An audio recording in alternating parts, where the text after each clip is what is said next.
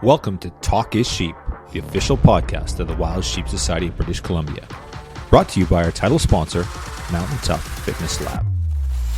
Come along with us as we take conversations that matter to you into the high alpine. We have partnered with Mountain Tough Fitness Lab to help get you in shape and mentally stronger. Whether you're a veteran hunter or just starting out, the Mountain Tough app will take you to the next level. We personally train using the Mountain Tough programs, and we believe in it so much that we want to give you 6 weeks for free using code SHEEPBC. That's SHEEPBC. Check out Mountain Tough Fitness Lab. You won't be disappointed. Good afternoon, Chelsea, and welcome to Talk is Sheep. It's super cool to be connecting with you, especially considering that you're truly in the back 40. So before we get started, let's talk a little bit about where in the world you are right now for our listeners. Yeah, well, thank you so much for having me. I'm in Ontario, Canada, kind of like on the northern, where they consider the northern, what would you call it? The gateway to the north is how they word it, of Ontario. So where's the nearest city, town? Like, how close are you to, I know you're off the grid, but how close is the nearest place you want to go to get food and that sort of stuff? We're not too far from like our little town where our kids go to school and stuff. It's about like 35 minutes. Most of that's just trying to get out of the bush. We're like down a long logging road and it's not the nicest road. And then it's about an hour and a half to like an actual town with like a Walmart or big grocery store chains, or it's still not even a big town by any means. Cool. So you're considered off the grid, and there's lots of questions I have about that. But how did you end up there in the first place? Like, what made you choose? Obviously, it's a lifestyle, and you chose to do it. Even trying to connect here, and I know, we've gone back and forth. Like, cell reception's an issue, and we probably don't have the best recording situation here. It's a little laggy for our listeners, but obviously it's working well. But it's a modern era, and there's a lot of things that we can do with technology around that. But how did you end up where you're living today? It was kind of just, we're fly by the seat of our pants a little bit. We were both in the military. I was in for 5 years and my husband was in for 10. And then we moved to this area. We actually moved here because the bear hunting was so good and there's so much crown land that we ended up camping up here with 2 babies. Like, I released from the military when I had my kids. Just couldn't be away from them. So we ended up camping out on the crown land for all of bear season in the fall. And we just kind of fell in love with this place. It's just beautiful here and so much crown land to hunt and run the hounds. And I ended up looking at houses, and we bought a house not far from where our hunt camp is that we live now. And we stayed there for 4 years, I think. And we were just kind of, I don't know, we had some neighbors and there was some, just neighborhood stuff that was going on. We're like, oh my gosh, like we need to just get out of here. And I just got fed up and I said to my husband, I was like, let's just move to the hunt camp. I was like, that's where we're happy. That's where we're like, we enjoy being. Like, screw it, let's go. And we did. We called the realtor like that next day, listed it by Monday. So like 2 days later, sold it within a couple days because that was right at the beginning of COVID and all that stuff. Sold it and moved out to the hunt camp within like a week and a half. And we were not like, nothing was quite ready. And we were rolling into hunting season 2. So our priorities were not exactly to get the camp up to living conditions. And I mean, it's not like a really, really rough cabin, but at the same time, there's no insulation in the sleeping. Like, there's like the back half and there's no insulation in that side of it. So we had to get that sorted out. And there's no indoor cooking or a fridge or indoor water, anything like that set up. We still keep it pretty simple, but we don't have all of that sorted out. But we keep it pretty easy. But yeah, we've been here for 4 years now. That's awesome. How old were the kids when you moved up there, Chelsea? When we moved to this area, we were living in like a camper trailer. My son would have been, he's born in May and bear season opened August. So a few months old. He was a baby, like newborn baby, lugging him around. And then my daughter would should be a month or a year and a half, I guess. And then when we moved to the camp, they would have been, I think, 4 and 5-ish, or maybe 5 and 6, somewhere in there. Cool. So that's got to be a bit of a consideration, right? So you got your kids in school, and sometimes people homeschool, but obviously they're going to school. And they don't really know anything different. They've done that since they're 4 and 5 years old, right? So, how's that lifestyle for them? What's that like? And then the other thing I'm thinking about is wintertime in Ontario and trying to get them to school when you got a 35-minute drive on a logging road, which obviously they don't plow daily. So, on heavy snowfall days, there's probably a few snow days that they get to stay home. It's funny that you say that because that was like the hardest part is because we kind of dove right into fall and then winter, and we really we had no means, there is no maintenance on the road through winter unless they're logging out here. So we had to figure out how to plow that, and thankfully my husband's incredibly resourceful and a mechanic, and he can MacGyver anything to come up with a way to sort any problem out. So anyways, he ended up getting, I can't remember, he got a plow truck, and then we had a grader at one point, and I don't know, we found a way to plow and get out there, but there's definitely days where I was like, I can't get out of here. The kids are going to have to stay home. Honestly, I would have rather homeschooled my kids, but my daughter's very sociable and she just loves being with friends and people. So and we have such a great little school here that I don't know, it felt okay to send them as much as I would have loved to homeschool them. I think now they don't, like you said, they don't really know any other way. But now that my daughter is getting older, she's 10 now. So now that she's getting older, she's kind of getting to the point where she's like, okay, it takes a lot of effort to go see my friends. And obviously she's getting to that age where she's like, oh, I want to go see my friends. I'm like, well, we're not going to be able to get you there right now. Or we've even taken them in on snowmobiles, and we have some pretty good snowmobiles. So that's kind of our saving grace in the winter to get places if we can't get out or get stuck. Or I've walked this road more times than I can count, just not being able to get out or something happening. Wow, that's super cool. I can relate a little bit, I guess. I grew up on a farm in southern Alberta, and high school was a 60-mile drive. It was 100 kilometers to go to school. The local school, like the primary school, 1 to 9, was pretty local. It was I think it was 13 miles or 20K away or whatever. So it was quite a bit closer. But it was pretty remote, and it was after school, you couldn't go to your buddy's house. It was an overnight for sure, a sleepover, because you just don't drive an hour and 10 minutes just to hang out for a couple hours or walk over after school. So do you envision that changing as the kids mature, as they get a little bit older and they get, maybe, like you said, your daughter's starting to sort of voice it now. Do you see that changing? Or are you guys there for good? I don't really know. We're not much of you never know with us. We do have another property, which is actually we have a 100-acre property with a shop on it. So that's kind of where my husband spends a lot of his time with his fixing and building things and all that kind of stuff. So we may build a house down the road. I don't really know, but I could stay here forever and be totally fine with it. But sometimes I feel kind of guilty that my kids are, I don't know, raised so much differently than their friends. And now they're seeing it where I don't know. I don't see a problem with it. And I wish I would have grown up this way. I grew up on a farm as well. I grew up on a big potato farm. So I was by no means in town or anything like that. But I don't know, there's just so much to do out here. But I mean, they're at that point where they're friend oriented. So I might just have to suck it up and drive them a little further to go for friend play dates and that kind of stuff more often. Yeah. Well, obviously some sacrifices, but the benefits are incredible. So let's talk a little bit about that. First of all, is there spring bear hunting in Ontario? I think they canceled that at one point, didn't they? Yeah, it's been back for quite a few years. It's opens May 1st here. Okay. Yeah, cool. So have you guys been out? I know you guys run hounds and stuff. So let's talk a little bit about what, hunting season. You live out in the country. So at least where I was from, hunting season was year round. Obviously you wouldn't hunt out of season, but it was, you're always out there. Sometimes there's predators, there's coyotes and stuff like that.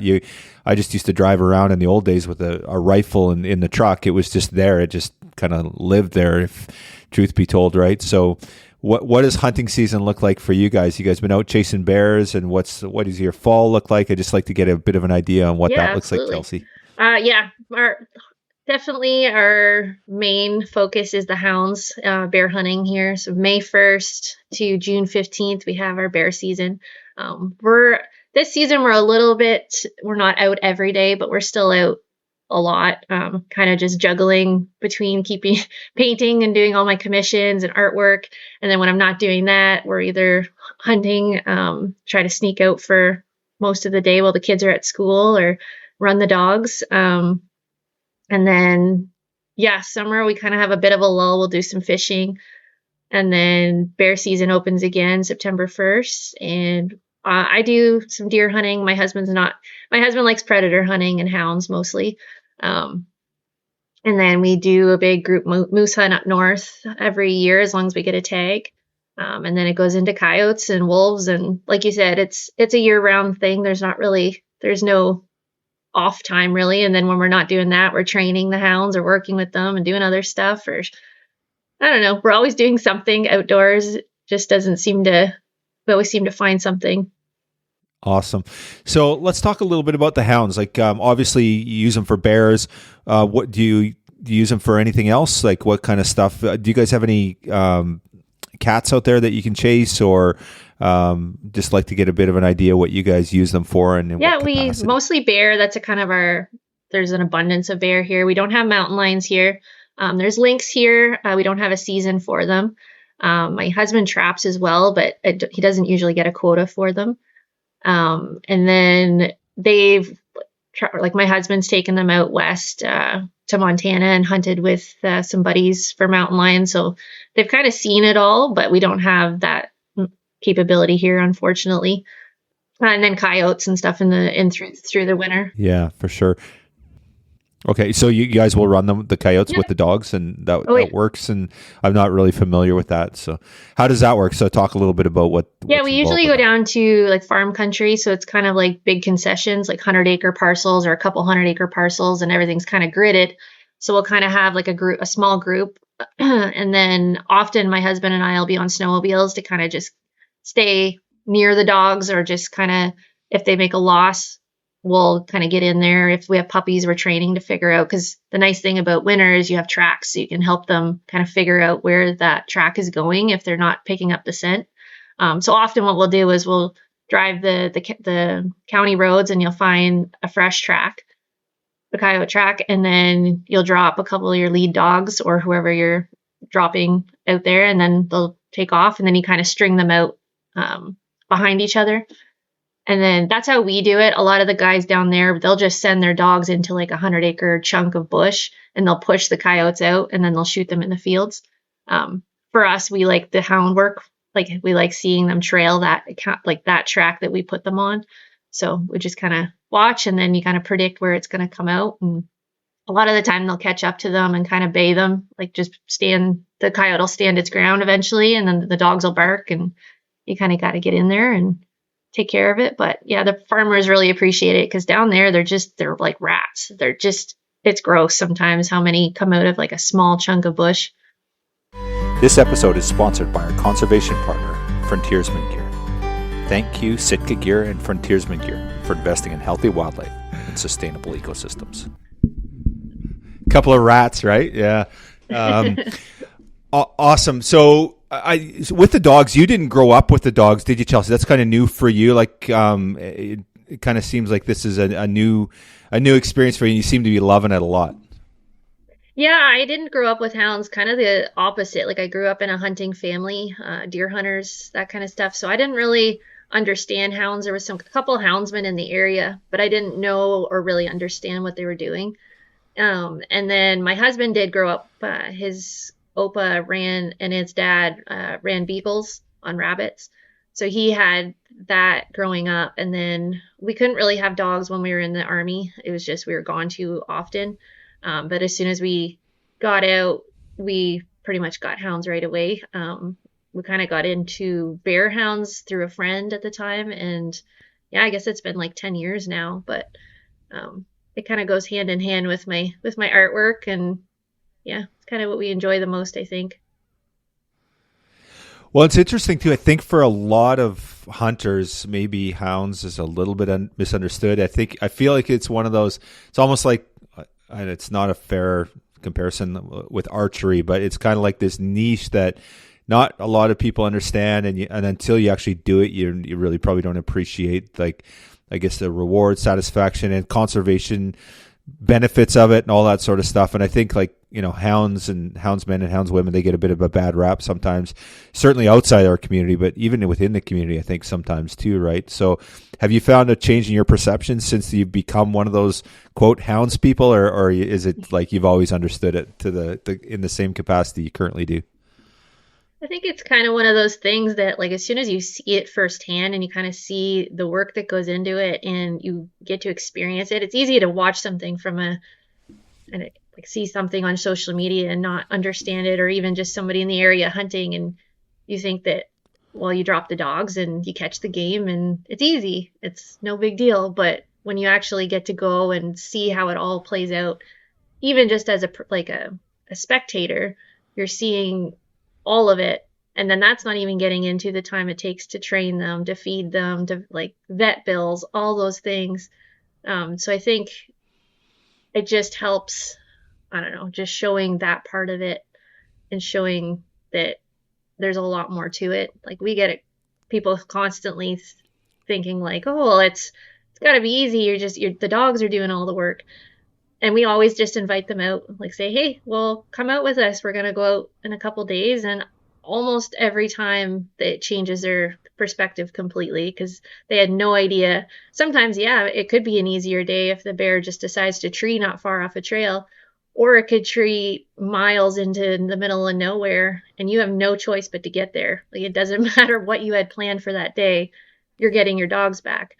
And I don't know, I've seen a lot of grown men be pretty miserable when you tell them that. So it's a lot more challenging than a lot of people give credit for. And I think just more people need to be open-minded and just tag along for the experience, I think would help a lot of people kind of understand it better.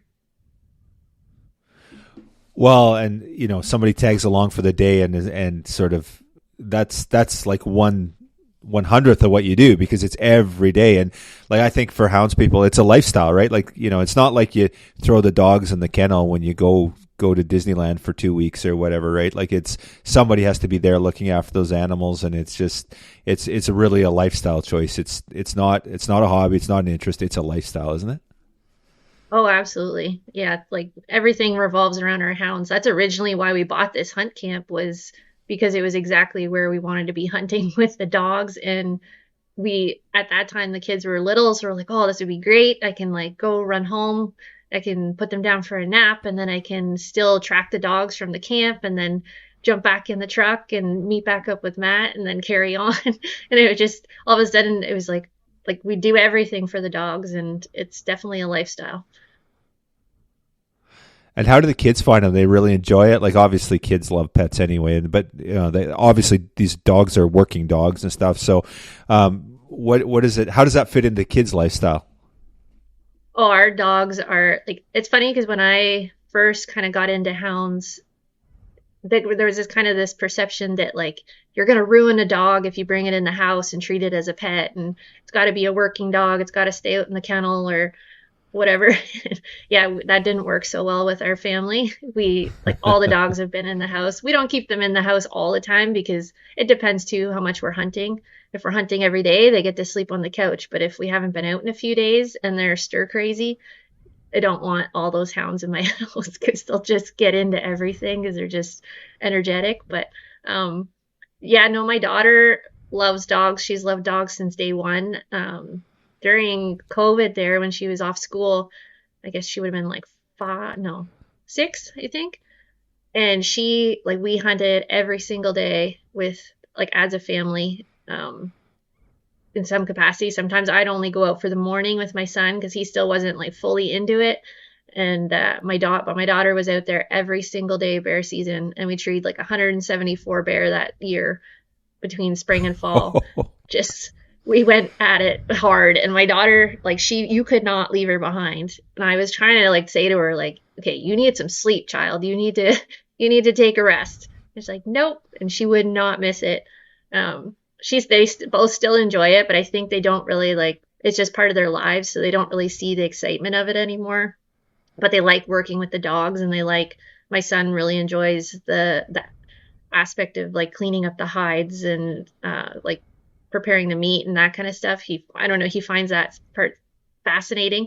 So that's kind of where we're at now, but I foresee one or both of I think them that's having hounds down the incredibly. road.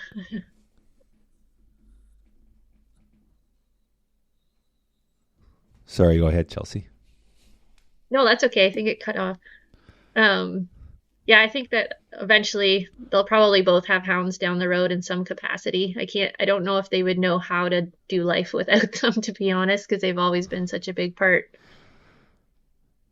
It's super cool. And I just think of, what kind of life lessons is that teaching your kids, right? Like, sense of responsibility, hard work, compassion for animals, sense of community. There's just so many benefits. I just can't imagine how amazing that is going to be for them and establish them and moving forward as human beings in this world, right?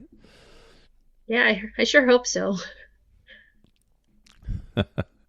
Yeah, cool. Well, there's so much we could dig into, and I know you do a ton of foraging. You do a ton of stuff with regards to like hide care, doing your own tanning, and like this, kind of like you've kind of you live off the grid, but you also live off the grid. Like you actually treat it like it's, you don't turn it into like this 5-star like resort with all these fancy amenities, and you're like just living in the woods with like modern, you've got such a cool lifestyle. And there's so much I know we've just kind of touched on that, but there's so many other things I want to talk about. Let's talk about your art. Where did that come from? What's your passion? What's driving it? And let's just sort of dig into that for a little bit, if you don't mind. Yeah, sure. Kind of around the time when we moved to, like I was saying, we moved to the area, once we finally did buy the house here. And a lot of the kids were still little. So a lot of the time I'd want to be out hunting and kind of just keeping up with what we would normally be doing, and just busy and hunting and outdoors. And I kind of got to a point where I realized that I had to stay home sometimes, and I kind of got a little stir crazy. So I started finding other outlets of like creative outlets, and I tried all different types of crafty things, trying to find something to keep me busy. And then I stumbled upon painting, and I'd always been kind of creative through school, but I'd never really taken it too seriously. So I just started painting every night when the kids would go to bed. I'd sit down, and that was kind of my time. And it just kind of snowballed from there. I just started every single night. I kind of became obsessed with it and became obsessed with learning and watching YouTube videos and just teaching myself how to paint. And then it just kept growing and growing, and I took commissions. I took every commission that came my way, charged next to nothing for them, basically, just to get the experience. And then I kind of realized, like, hey, I could do something, like I could actually do something with this. And I just started kind of diving into what I enjoy painting, and kind of fell into wildlife and hounds and just kind of the things that I'm passionate about. And I think that's kind of been where I've focused on for the last, few years. And yeah, it just kind of keeps growing from there. And it's just something I love to do and love to paint. And So you've never actually had any official training. You've never gone to art school or had it, just natural talent and a ton of boot leather, just getting good.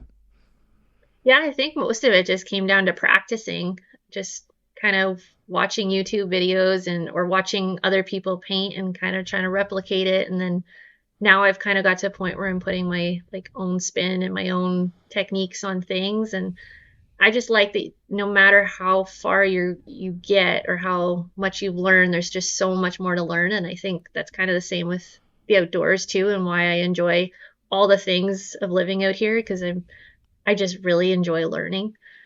So yeah, no formal training though. That's phenomenal.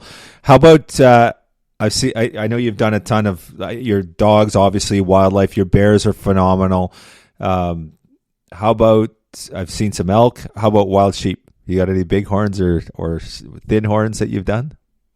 I just painted my first doll sheep. I'm not allowed to post about Oh it or goodness. anything yet. Yeah, I painted that for Who's it for? commission. Can you tell us? I don't know if I can say. I should have Okay, asked fair him enough. ahead of time. It's for a big commission, or he's giving it as a gift. So I don't know how Okay. much I'm allowed to say, but he wants to keep it as a surprise. But I should be able to post about it in the next few weeks. But yeah, I'm pretty Okay. excited Well, about it. I'm the first one to go on record of asking you if you'll work with a conservation organization to do something, and be so cool to have your work and do something with our membership. And have you ever done any of that stuff, like where you've kind of worked with a conservation organization to do something like that at all, Chelsea? Yeah, I'd absolutely love to, first off. Yeah, so I've done a couple pieces. I think I'm on my fourth year of donating a piece to the Teddy Roosevelt Conservation Partnership. I was connected to them a couple years ago or a few years ago. I've donated to Blood Origins. I know there's a couple more, but I can't remember. It's just kind of my way of Yeah. like, I'm not one to, I'm not in, I don't know. I don't know how to approach politics and, but I want to make a difference. And that's kind of the way that I know how, is to donate artwork and kind of help raise money to keep hunting around and protect our lifestyle. Yeah, well, that's super cool, and I think I think it's much bigger than that with you though too. Like you these connections that you've built, and just articulating your lifestyle and the way you through your social, like it's such a weird world, right? Like, and especially the irony is not lost on me with someone like you that lives a very relatively simple lifestyle. You want to be off the grid, kind of in the backcountry, yet you're like totally connected. You got 20,000 people every day that see what you're doing. Like, what you share them what you want to see, but the way you share it, that's the stewards and the ambassadors of our conservation world and our hunting world that we need to share, right? Because the sort of 60 bucks and 60 minutes and stuff that we've seen come out in the mainstream media in the old days was just so destroying for our brand, right? Or for what we love.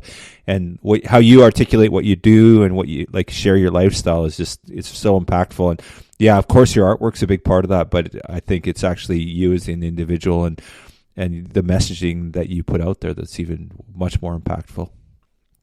Well, thank you very much. Yeah, it's definitely weird because, I moved to the bush to get away from people, and then I have this social media platform where there's almost 20,000 people, and it's weird and it makes me uncomfortable, but I also think it's important because I think it's important to kind of show the aspect of hound hunting from a family perspective and not just what your typical stereotypical houndsman is that a lot of people think of. And I want to show them kind of the behind the scenes of our life and what we're doing. And I only share maybe 5% of what's actually going on, but I think there's a delicate balance there with that, and I try to keep it pretty, I don't know, kind of keep our privacy, but at the same time just showing people who I am and who the artist is behind the artwork, and hopefully spreading a positive message. Yeah, you certainly do that, and I my hat's off to you for everything that you do, and your artwork too. Like, it's interesting. Like, I can't relate because I'm not an artist. I'm not very creative, but I look at what you do, and I look at the legacy. Like, some of these old sort of hunting artists have left over the years, and the beauty in their work, and I just think like that's a legacy you leave. Like, you create this product, you create this artwork, and then it goes off to somebody, and it probably will be passed down generationally, and especially because your work is so good, right? That people will hang on to it, and it just sort of, and you think about like how many people does that impact beyond just the people that buy it, right? Their friends and their non-hunting friends that come by and see the work and that sort of stuff, and then the hounds and just the different cool messages that your artwork shares. It must be pretty gratifying as an artist to have that ability to do that. Yeah, it's pretty amazing, especially with the hound aspect of it, because a lot of the time I'll get commissions where there'll be an older gentleman and he'll come to me and he say like, I don't really have a whole lot of pictures. These are my hounds that like this is the pack that I started with. They mean the world to me. And I would love to have a piece of art that I could remember them by. And you know how special that is to them.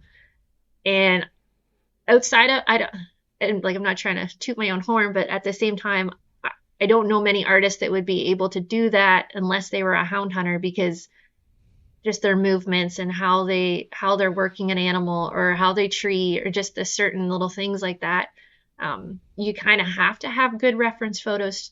Like most artists would need really good reference photos to work from that. But I think that's kind of why I've gone this way, is because I can help bring that to life and create that keepsake that they'll pass down for generations. And I definitely enjoy that part of it, because just that's what we enjoy and that's what we love is our hounds.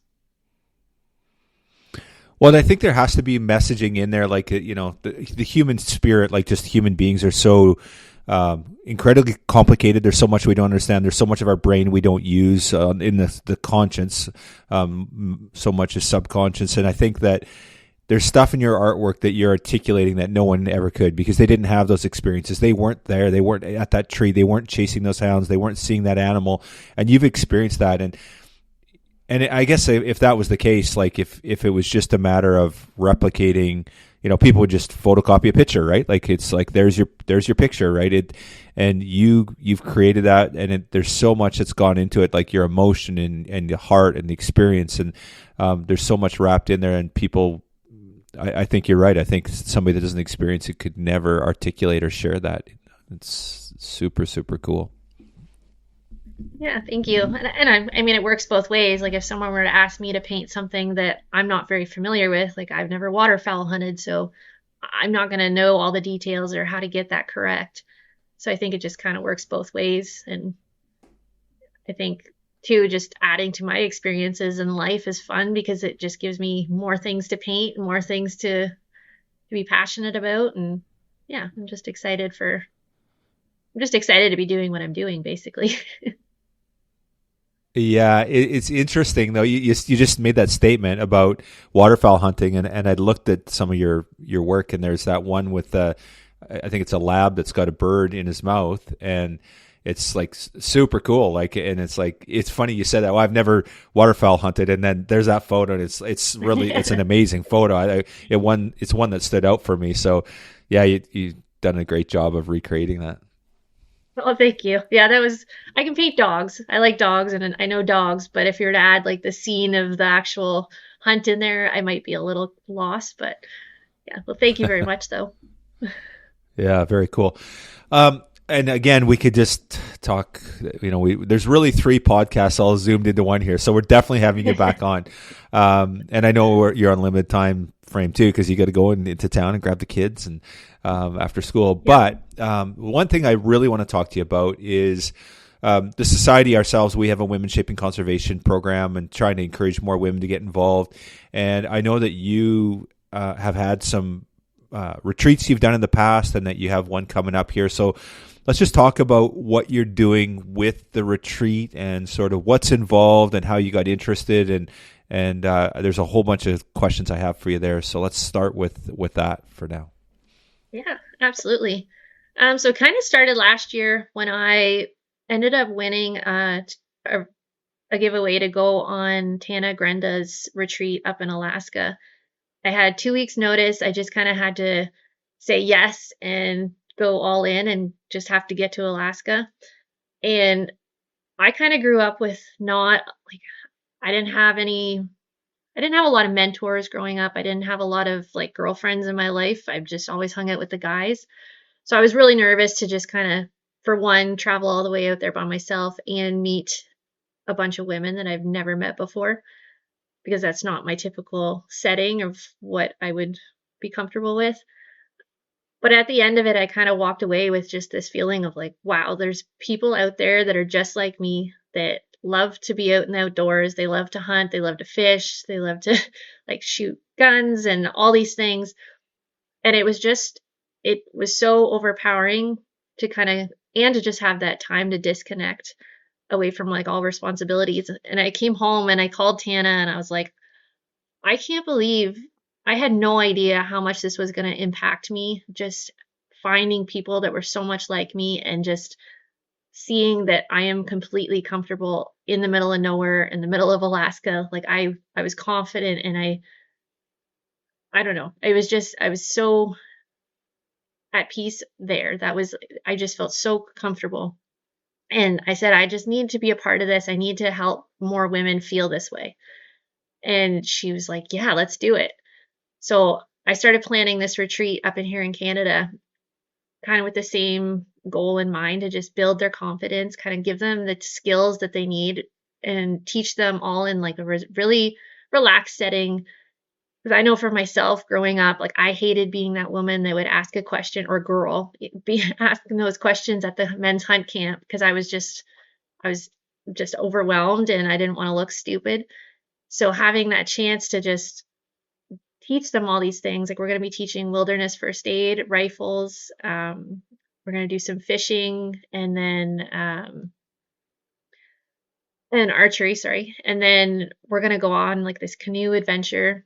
We're going to get dropped off in like a really remote lake, and then we're going to canoe deep into the backcountry, camp, and we're going to do some foraging and just survival skills.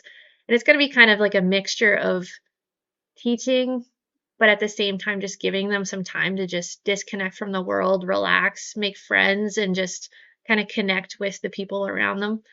And a lot of people, I just don't think, get that time in this modern age to just disconnect from everything.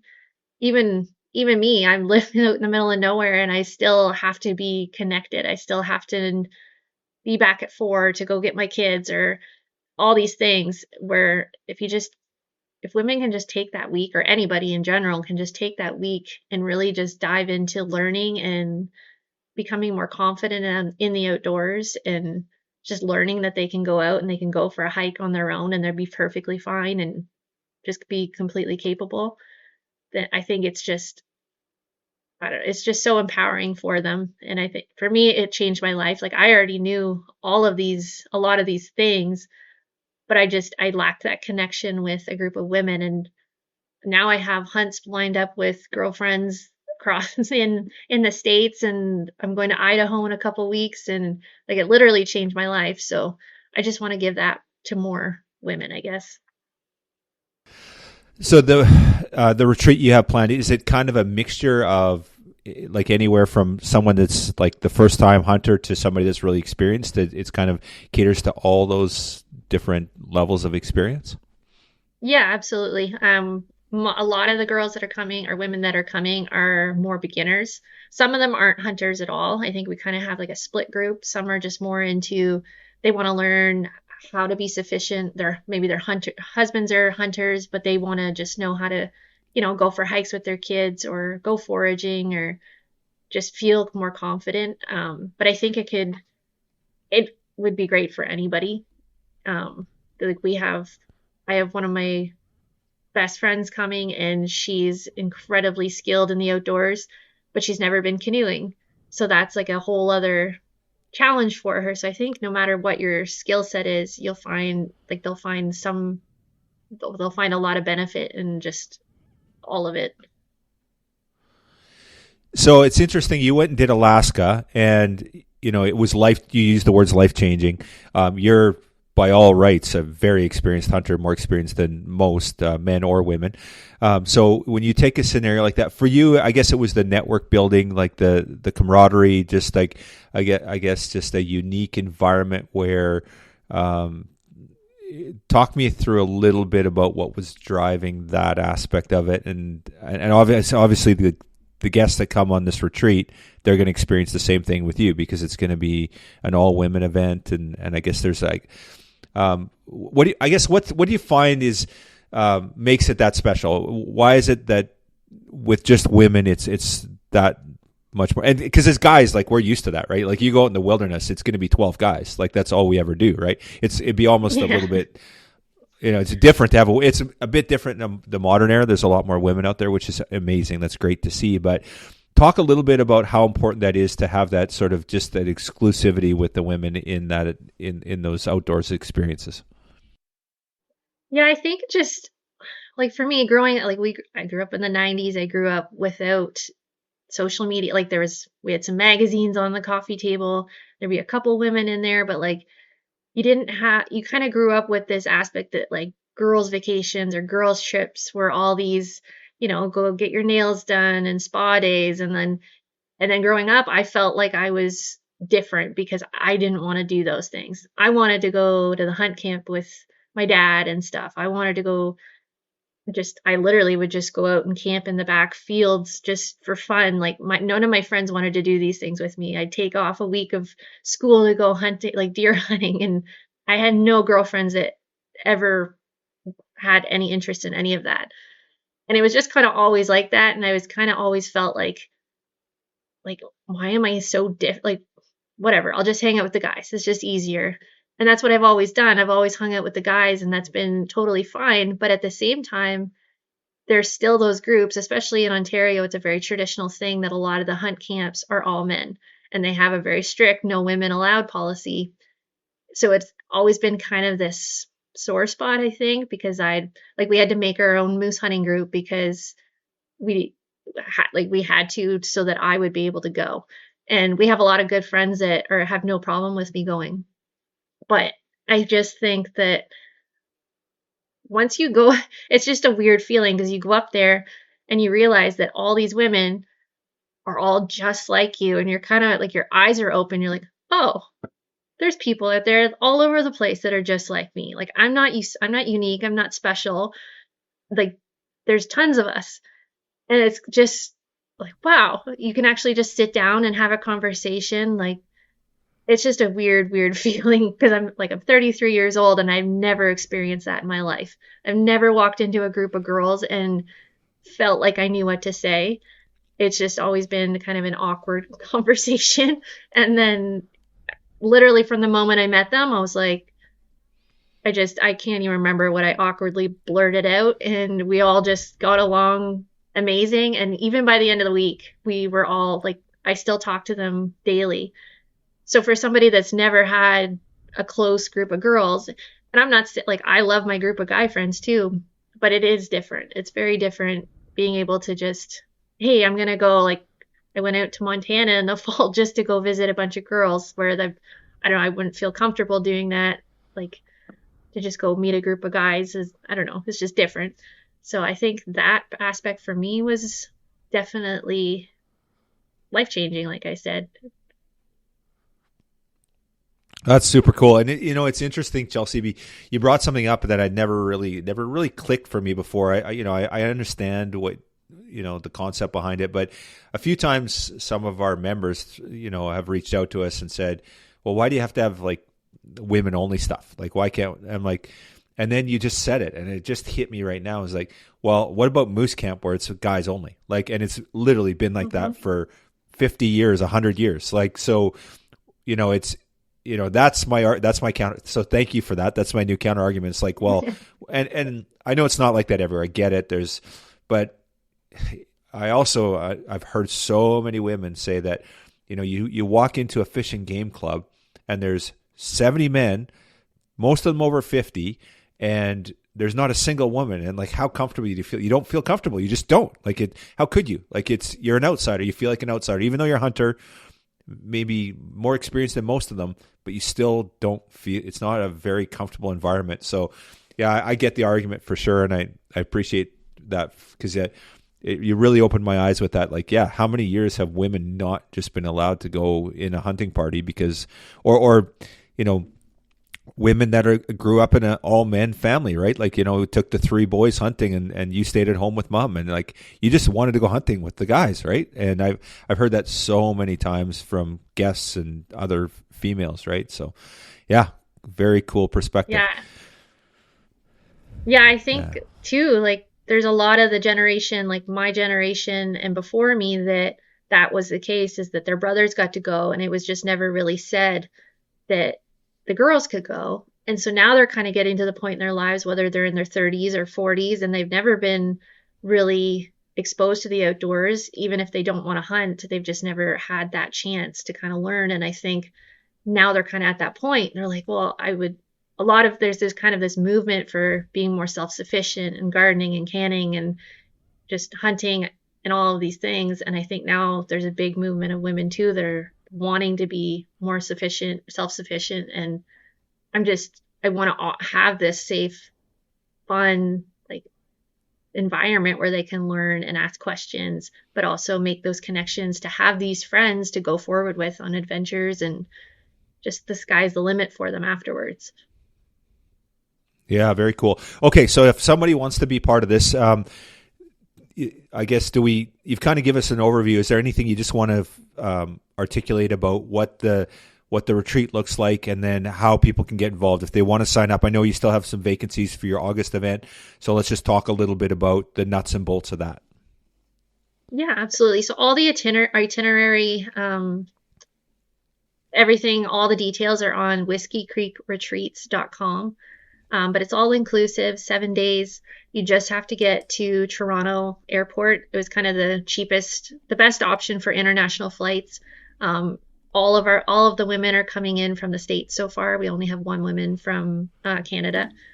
So it's just all inclusive. You just have to get there. And then we have everything arranged from there. We're going to pick you up, drive you up here, and all the gear, everything. You just have to have some of your clothes. So August should be pretty warm, so we shouldn't need really much of anything. And yeah, it's just kind of so that you don't have to plan, you don't have to think about anything. The hard part is just signing up. Very cool. And so you don't need to be experienced. You just need, bring the basic stuff, show up, and you're going to be good to go.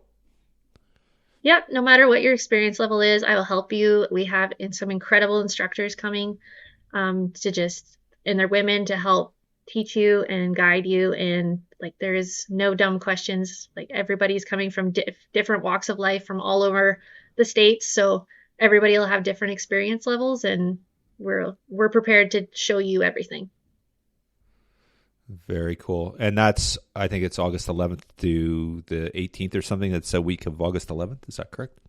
Yes, that's correct. Okay, cool.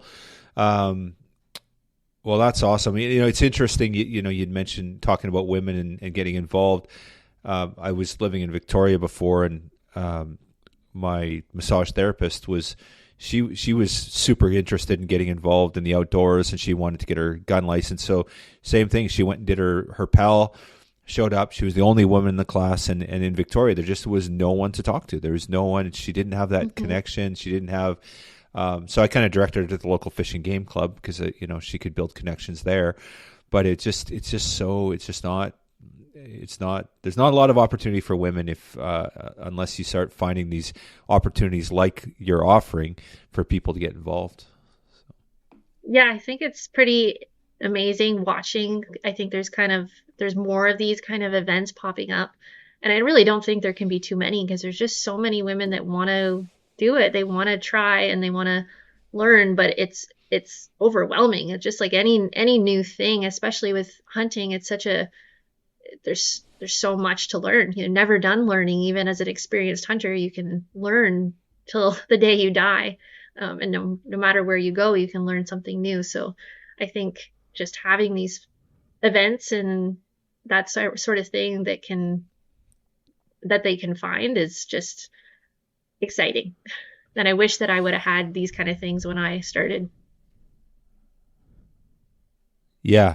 Well, and the interesting thing that I find too is, you referenced it, but I don't think, I'm not giving it enough credence or acknowledging how impactful it is just building that network of women out there that you have this opportunity to connect with at a later date, right? Like, you talked about this summer, you're going to Idaho, you're doing all these different opportunities. It's sprungboard, like you went to Alaska, and now you've sprungboard into this new venture, call it what you will, this retreat for other women. So you've now created something from that too, right? So it's, it builds on itself, and you've created this network, this incredible network of women that you can relate to and sort of connect with, and this mentoring aspect too. And someone like yourself that's highly experienced, now you're giving back to the women community in the hunting space.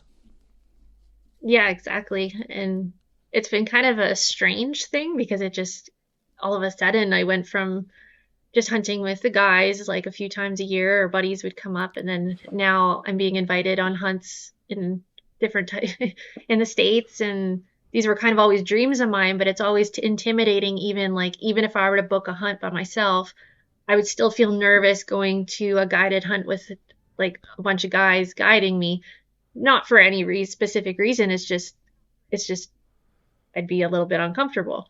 But being able to go and hang out with women that are gonna like take me around, and we're gonna hunt together, and I don't know, it's exciting. Yeah, very cool. So anyone that wants to sign up, whiskeycreekretreats.com, I guess. And I guess I just want to do a shout out to Tanner from Frontiersman Gear. I think Frontiersman Gear's sponsoring this in some capacity. And just thanks to Tanner for hooking us up, because this has been a great chat. I know you got a busy day and you got to go get the kids, but it's just been amazing to connect with you, Chelsea. Yes, it's great to be on here, and thanks Tanner for making the introduction. Yeah, well, congratulations, and I just again appreciate you taking the time today, and look forward to chat more, and let's see what we can do for working something together so we can get your great artwork out here in BC and share that with our membership. It'd be super cool.